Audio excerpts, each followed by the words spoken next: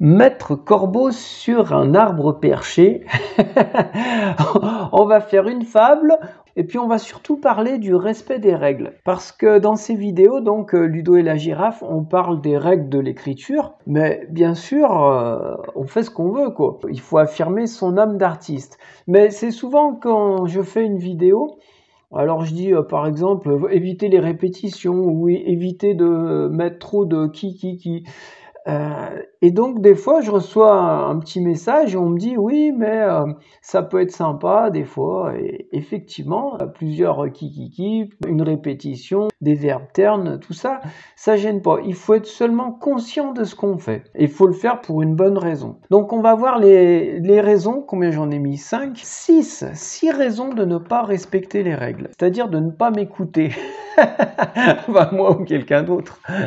Alors, je commence par une fable de La Fontaine. On va voir qu'il a utilisé 2 fois que et que ça gêne pas du tout. C'est génial. Donc, Maître Corbeau, sur un arbre perché, tenait en son bec un fromage. Maître Renard, par l'odeur alléchée, lui tint à peu près ce langage. Eh, bonjour, monsieur du Corbeau, que vous êtes joli, que vous me semblez beau. Alors, j'imagine qu'il s'est dit, je vais même en rajouter un autre, que vous êtes joli, que vous me semblez beau, que votre pelage est soyeux, que sais-je. Et puis, il fallait pas non plus que ça soit trop lourd. 3, ça aurait peut-être été trop, donc il en a mis 2. Il va falloir entourlouper ce corbeau.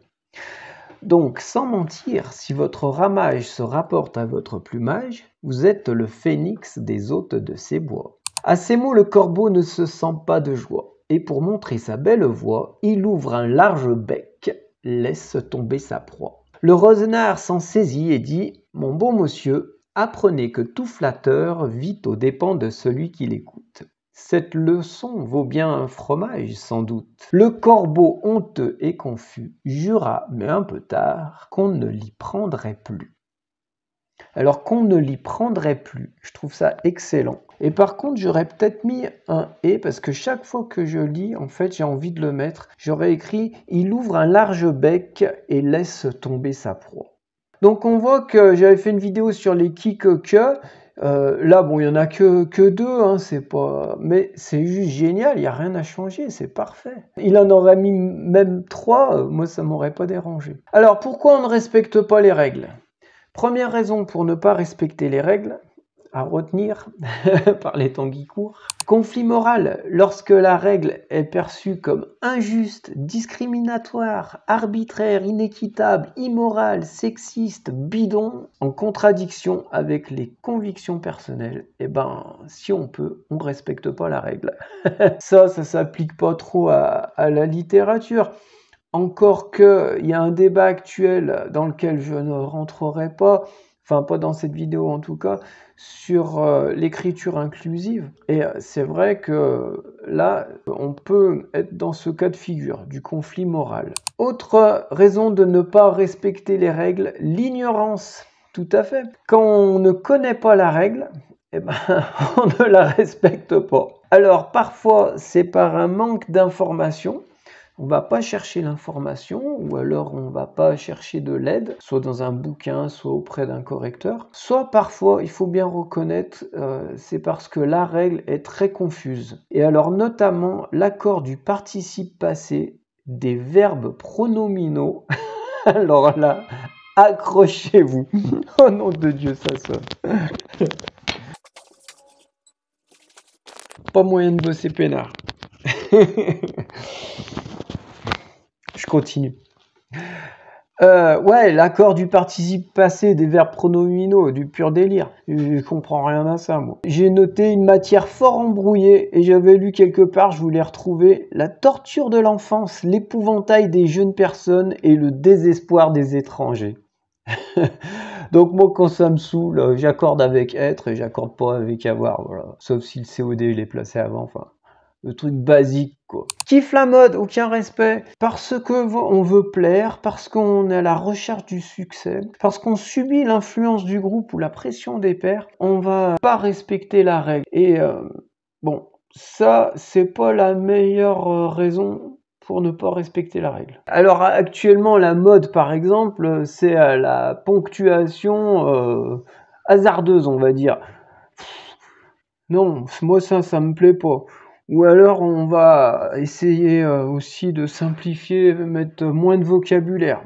Je trouve que c'est plutôt une perte en fait qu'un gain, cette histoire. Le style plat, on appelle ça. Aucun respect, fuck le prof. Oui, fuck le prof. Le crasse, parce que quand j'étais jeune, je faisais partie du comité révolutionnaire de l'enseignement supérieur, pour ceux qui connaissent. Briser les idoles. Donc, désaccord et protestation de la rébellion révolutionnaire contre l'autorité illégitime et oppressive de la junte fasciste au pouvoir. Ça, c'est une bonne raison de ne pas respecter les règles. Le côté révolutionnaire. On se laisse pas faire, c'est pas parce que le prof il dit un truc qu'on va l'écouter. Mais bon, faut reconnaître qu'ils disent pas que des conneries non plus les profs. Et que il faut avant tout se faire comprendre, il faut de la clarté. Et donc les règles, elles sont aussi là pour se faire comprendre. Et je rajouterais une chose aussi, j'ai pas fait de vignette là-dessus, mais les règles, c'est aussi une contrainte. Et la contrainte, ça suscite l'imagination. J'en reparlerai de ça. Quand on laisse un apprenti, on va dire, ou un novice, en totale liberté, il est parfois un peu perdu. Et le fait de lui mettre une contrainte, ça peut l'aider à susciter son imagination. Par exemple, un peintre, un gamin, au lieu de lui donner toutes les couleurs, on va lui donner que du noir et du bleu, ou alors du blanc et du rouge. Et puis on va lui dire débrouille-toi avec ça. Et ça va susciter son imagination. Plus que de le laisser comme ça à tout vent, quoi. Aucun respect, zut alors. Ah oui, ça c'est une façon de ne pas respecter les règles, bah, c'est l'inattention. L'inattention ou la négligence. Ou alors la simple distraction ou le laisser aller, on sait pas. Le manque de temps ou le travail bâclé. L'omission impossible, ou la flemme récurrente. À voir. Tout ça, c'est des questions à se poser. En tout cas, ça, c'est inadmissible. Hein. Bon, le manque de temps, je veux bien. Sinon, on se relie, on travaille et on laisse pas passer quelque chose. Ça, c'est pas une bonne raison de pas respecter la règle.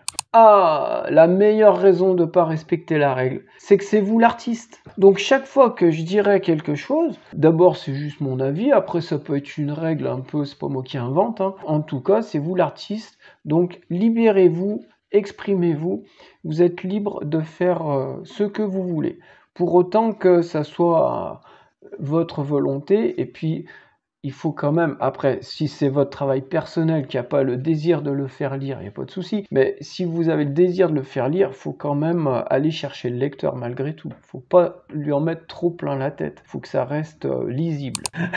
Bon, et ben on a fait le tour, c'était pas exhaustif hein, comme tour. On a vu quelques idées et notamment je voudrais revenir sur un aspect, c'est que quand je donne une règle, enfin disons quand je donne un conseil d'écriture, par exemple, j'ai fait une vidéo sur les adverbes. L'idée c'était de supprimer les adverbes parce que c'était le thème de la vidéo. J'avais axé cette vidéo, je crois, sur le fait que on pouvait remplacer les adverbes par des verbes qui étaient plus puissants. À la place de dire « il regarde attentivement », il scrute, il marche tranquillement, il traîne, il parle rapidement, il débite. Autre chose aussi, c'est que toutes les règles qu'on donne pour avoir un style qui soit plus harmonieux, plus riche, toutes ces règles, elles ne concernent pas les personnages. C'est-à-dire que si on a un personnage qui se répète sans arrêt, c'est pas grave, c'est son caractère, on va pas changer ça. Il y a une scène avec Charlie Babbitt dans Rain Man, qui joue en première base, excellent. Les personnages n'ont aucune règle, ils sont tels qu'ils sont. Si on a un gars qui bégaye, il bégaye. Si on a un gars qui se répète, il se répète. Si on a un gars qui parle de manière pompeuse, eh ben c'est son caractère, on lui laisse comme ça. Dernière chose, le genre. Quand on est dans un genre, par exemple, si on écrit pour les enfants, eh ben chaque fois que je fais une vidéo sur la richesse du vocabulaire, ou l'utilisation du subjonctif, ça ne concerne pas forcément les livres pour les enfants. Donc il faut s'adapter. Et puis, dernière chose, je peux me planter aussi. Hein. Je peux dire des bêtises. Mais souvent, ça fait avancer le débat quand même. On met le doigt sur un petit truc et puis ça permet ça permet de réfléchir. Donc voilà, c'est pour ça que je suis pas trop stressé. Si je dis une bêtise, je sais que quelqu'un me corrigera et que ça va pas vous plonger dans le précipice, quoi. Bon, je vous fais une bise à tous, à bientôt, ciao!